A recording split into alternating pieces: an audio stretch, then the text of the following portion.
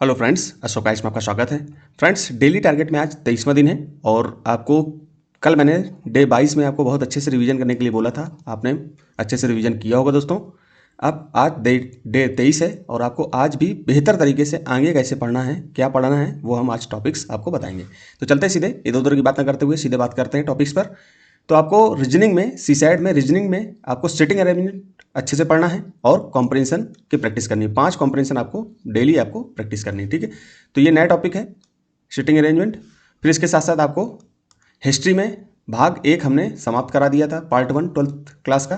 फिर इसके साथ साथ आपको भाग 2 भी 2 दिन से दिया जा रहा है। आज तीसरा या चौथा दिन होगा। आपको इसको 1-2 दिन और अच्छे से पढ़ना है क्योंकि ये थोड़ी सी मोटी बुकें हैं, मतलब पहले की अपेक्षा, ठीक है। 8th क्लास तक आपको पतली पतली बुक मिलती रही, लेकिन ये थोड़ी सी ठीक है और यहाँ से प्रश्न भी बनते हैं, इसलिए इनको जो है ज़्यादा से ज़्यादा पढ़ना है। तो अभी 2 दिन ये और चलेंगी, फिर इसके बाद भाग 3 आ जाएगा, ठीक। और इनमें मैं ये बोलूँगा कि जब आप इनको समाप्त कर लोगे तो फिर हम ओल्ड एनसीईआरटी में आ जाएंगे। तो ओल्ड एनसीईआरटी में 11th क्लास की राम शरण शर्मा सर की पुस्तक आपको पढ़नी होगी, तो मैं बाद में बताऊंगा। अभी आपको कुछ नहीं करना है, अभी तो मैं केवल आपको सूचना दिए दे रहा हूँ। फिर इसके साथ साथ ओल्ड एनसीईआरटी में 11th क्लास में आप मध्यकालीन भारत में आ जाओगे सतीश चंद्र सर की पुस्तक में। फिर आप आधुनिक भारत में आ जाओगे विपिन चंद्रा सर की बुक में 12th क्लास में, ठीक।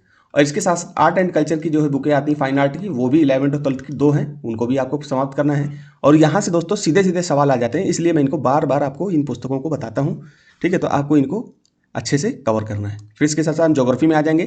तो 10th क्लास तक आपने ज्योग्राफी समाप्त कर ली होगी। आज 11th की नई पुस्तक आपको बता रहा हूँ। तो उसमें 2 पुस्तक हैं, इसमें भाग नहीं लिखा था, इसलिए मैंने इनको सीधे सीधे चित्र में ही दिखा दिया। तो भौतिक भूगोल के मूल सिद्धांत आपको अच्छे से पढ़ना है। दूसरी पुस्तक है भारत भौतिक पर्यावरण, अभी इसको नहीं पढ़ना है, ठीक है। अभी केवल आपको ये पढ़ना है। जब आप इनको समाप्त कर लोगे इसको, तो इसके बाद इसको पढ़ेंगे, ठीक है। समझ में आया। इसके बाद 12th में भी 2 हैं, तो अभी हम इनको समाप्त करेंगे। और जैसे ही आपने 12th समाप्त कर लिया, इसके अलावा ज्योग्राफी में आपको कुछ नहीं पढ़ना है। इन्हीं को बार बार पढ़िए, करंट अफेयर से अपडेट करते रहिए चीज़ों को, ठीक है। तो यही सब करना है। और दोस्तों एक चीज़ और बता दूं कि आपको पीवाईक्यू बार बार देखना है। पीवाईक्यू जैसे आपने क्या करना है कि जैसे 2023 से पीवाईक्यू उठाना है, ठीक है। बाकी हमारी पीवाईक्यू एक नज़र जो वीडियोस पड़ी हैं, आप चाहो तो उनको देख सकते हो। उसमें हम थीम, पैटर्न और यूपीएससी की प्रगति को बार बार बताते हैं कि कैसे यूपीएससी प्रगति अपनी बदलता रहा है। खासकर 23 में आपको देखने मिलेगा। तो 3 साल के आप पेपर उठा लीजिए पीछे के, 23 के, 24 के और 25 के, ठीक है। और इनमें करना क्या है, जैसे मान लो कि 23 का क्वेश्चन नंबर 1 उठाया, 1 नंबर से ही उठाओगे, तो पहले क्वेश्चन को कम से कम 10 मिनट आपको देने हैं। 10 मिनट उसको देखना है कि यूपीएससी ने पूछा क्यों। कुछ ना कुछ तो लॉजिक होगा।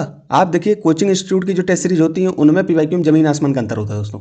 होता क्या है कि जो क्वेश्चन सेटर होता है कोचिंग में, जो टेस्ट सीरीज बनाते हैं, तो वो क्या करते हैं कि इधर उधर से मटेरियल उठाए, किसी और कोचिंग संस्थान की टेस्ट सीरीज लिए, उससे कुछ छाप दिए, कुछ इधर उधर से छाप दिए, तो क्वेश्चन बन गया। उनको 100 क्वेश्चन की पूर्ति करनी है, क्योंकि वो ठेके पर और किसी तरीके से बनवाई जाती हैं, ठीक है। और जो यूपीएससी पेपर सेट करता है, उसमें कहीं ना कहीं लॉजिक लगता है, क्योंकि उसमें हर चीज़ उनको पता होता है कि हर चीज़ बच्चा पढ़ के नहीं आ पाएगा। कुछ ना कुछ लॉजिक लगाए, कॉमन सेंस लगाए, तो वो आंसर तक पहुंच सकता है। इसलिए वो ऐसे पेपर सेट करते हैं। तो उसको बार बार आपको देखना है। 10 मिनट आप एक प्रश्न को देखोगे, 5 ही प्रश्न लेना है आपको। 5 ही प्रश्न को आपको कम से कम आधा घंटा 1 घंटा तक लगा सकते हो देखते। उनमें आप कहोगे कि इतनी जल्द इसमें क्या देखना है, लेकिन देखना पड़ेगा दोस्तों, इसलिए क्योंकि उसमें क्या सोचा होगा एग्जामिनर ने, ये कथन क्यों। मान लो क्वेश्चन है, इसमें कथन कौन से, ए नंबर है, इसमें कुछ कथन लिखा है, बी में कुछ लिखा है, सी में कुछ लिखा है। अब यूपीएससी जो कथन रख रहा है, इसमें कुछ तो कुछ लॉजिक लगेगा, इसमें तो कुछ लॉजिक लगेगा, इसमें तो कुछ लॉजिक लगेगा।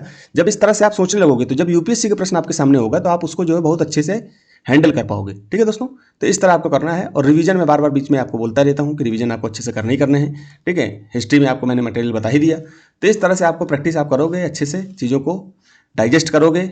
और नज़दीक परीक्षा नज़दीक आती जा रही है, और जिस दिन आप एग्जामिनेशन हॉल में बैठे हो, उस दिन मुझे बोल रहे होगे कि सर ने बहुत ज़्यादा मेहनत कराई और बोला, और हमने किया, और आज हमको सफलता दिख रही है। क्वेश्चन हमारे नज़र में आ रहे हैं और हमने इनको कहीं ना कहीं पढ़ा है और इन क्वेश्चनों को आराम से हम कर पा रहे हैं, ठीक है दोस्तों। तो ऐसा सोचना है आपको और इसका लाभ आपको मिलेगा। तो फिर ठीक है दोस्तों, फिर यहीं तक रखते हैं। धन्यवाद।